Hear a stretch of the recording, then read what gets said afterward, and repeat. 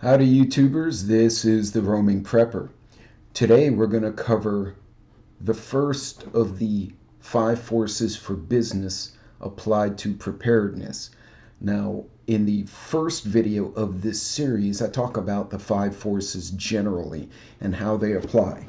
In case you haven't seen it, we're going to quickly review them, but if you want more in-depth explanation, see that first video and then come back to this one. But I'm going to try and explain it so you can kind of follow along regardless. So Michael Porter was a businessman, back in the 80s, and he came up with the 5 forces for business, which pretty much became a standard for MBA and business programs around the US and really around the world. These are well-known concepts. So the green circle in the middle represents you and your competing businesses.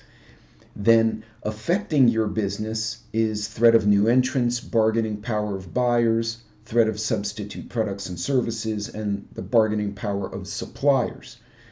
You can read more about it at hbr.org, or you can go through the internet. You'll find lots of articles. So how does this apply to preppers? Well, as I covered on the last one, you could replace those forces with threat of external parties, bargaining power of other preppers, a lack of substitutes, the cost of available goods, and in the middle, rivalry among existing competitors or rivalry among the people in your area. Imagine your area being the market for your business, and your business is being prepared. So what we've done, we've taken those 5 forces and made them apply to a prepper. So today's topic will be the costs of available goods. And this is an important one with all the global instability, and we're going to touch on that. So what causes costs to increase? And this is for people, this is for businesses. A monopoly.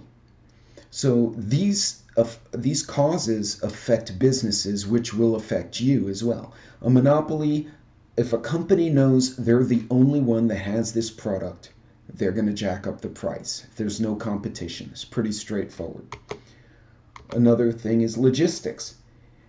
If getting to your area is challenging, you live in a very remote location, or if fuel costs go up, like the freeze in Texas, messed up the refineries, they're still playing catch up, or instability in another country, fuel costs can go up. That will make products more expensive. Regulation. If there's a high tax on that item, it will make your costs go up.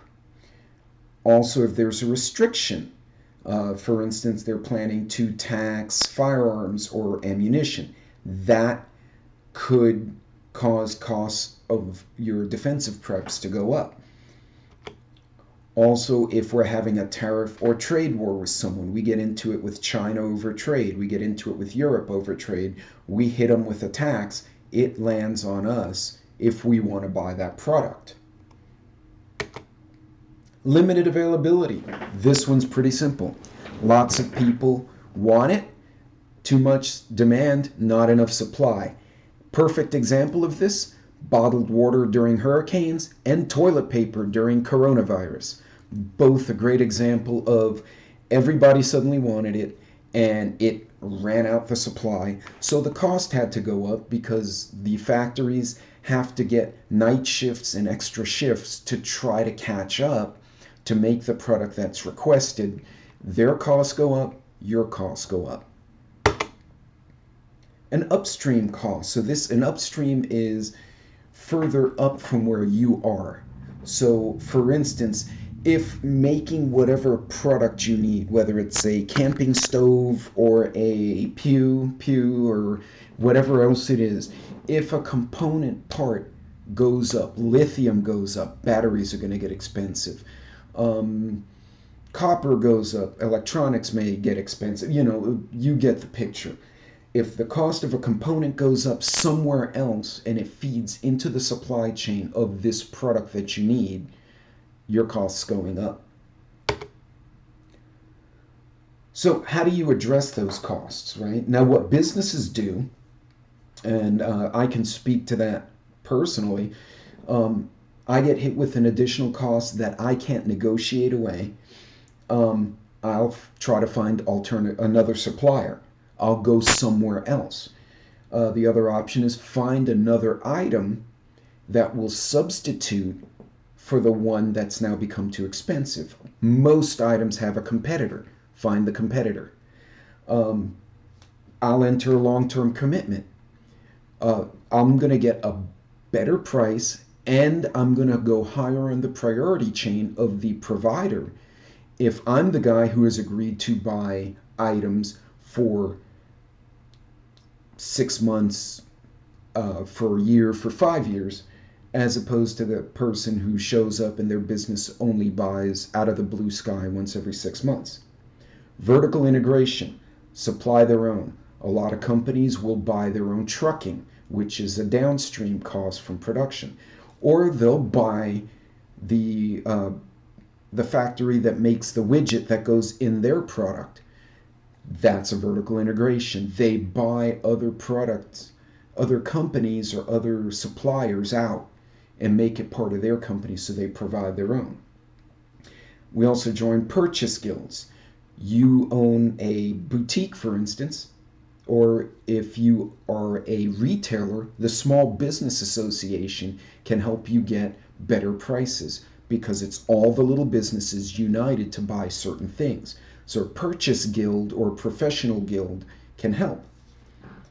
Or we phase the item out. If my business the cost is such that, man, we just don't want to be in this business anymore, we either don't offer it to our own clients, or we just make it go away, make it irrelevant to the business. So what can you do personally? And this is not just for preparedness, this is for home and personal economics. What can you do to save some money and keep things realistic? One, find a new store or website. There are other stores out there that will be looking for buyers. So if Sam's goes up, check Costco. If your Walmart product is too expensive or not satisfactory, try Aldi, try Home Goods, try Kroger, not Home Goods, Dollar General, sorry. Find someone else. Or find another product that will fit the bill.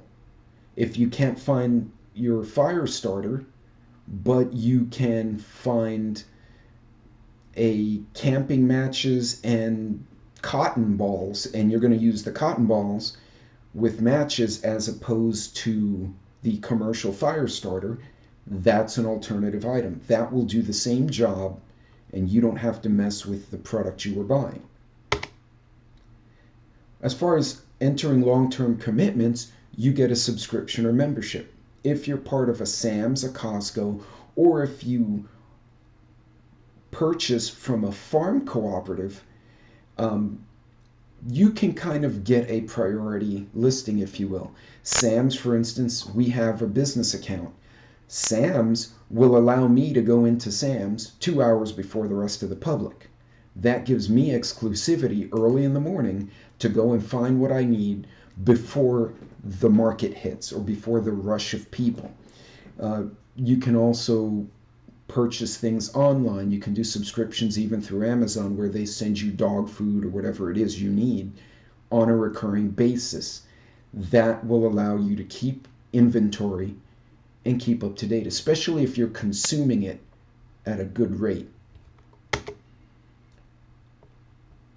So vertical integration, well, most of us can't go and buy another company. If you can, more power to you, but you can homestead. You can home grow, you can raise your own products, your own crops, your own animals. You can harvest both naturally in the wild. You can go into the parks and try to find items you need into the forest, or you grow it yourself.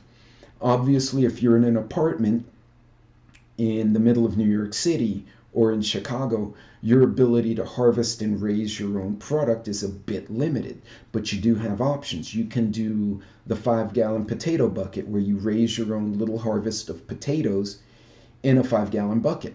You can put that on the windowsill of your apartment. You could put it on tile on a tray so it doesn't leak everywhere. If you live in a small home or a subdivision where you don't have acreage, you can do planter boxes in the back, or you can even do them on the windowsill. Even if you just do one or two herbs or one or two fruits, or you plant your own apple tree in the backyard, you have now taken control of that supply chain. You now own that supply chain product, and that's a good thing. As opposed to joining a purchase guild like a small business association, being part of an SBA, if you don't own a business, you can't do that. But you can certainly purchase with a group. You can either join purchase groups online, or you find like-minded individuals who are willing to split with you what you purchase. If you go, for instance, you're a skeet shooter, you need shotgun shells, you go to the manufacturer or the wholesaler and say, hey, I want to buy a pallet of 12-gauge shotgun shells. They're going to be more interested in selling to you than to Joe Schmo who just needs 2 little boxes. So what you do, you find 5 or 6 people. Think of it this way. If you're buying a bunch of whatever product for $500, but it's split between 5 people, you now have a $100 cost to each individual. And you're much more appealing for the supplier to pay attention to. And then the last thing, phase the item out. Bottom line, find a way to do without it. If you don't need cigarettes, get them out of your life. They're expensive now anyway, and actually they have a very high tax, which goes to the other subject. If you can do away with cigarettes, if you can do away with chocolate, which would be awful, but yes, if you can do away with it and learn to get around it and not have to need it, that makes it a non-issue for you. Well, folks, that's it. That would be the end of this presentation. I hope this gave you some ideas. And again, if you're having problems with your costs or finding what you need, take this last slide, write down what alternatives you have as far as, can you replace it? Can you find another supplier? Can you purchase it in a group? And if not, can you live without it? And if you can find and check off one of those 4 boxes, you just solved your own problem. I hope this was helpful. If you're on the road, Godspeed. Until next time, this is the Roaming Prepper signing off with the second installation of Business for Preparedness. You guys take care.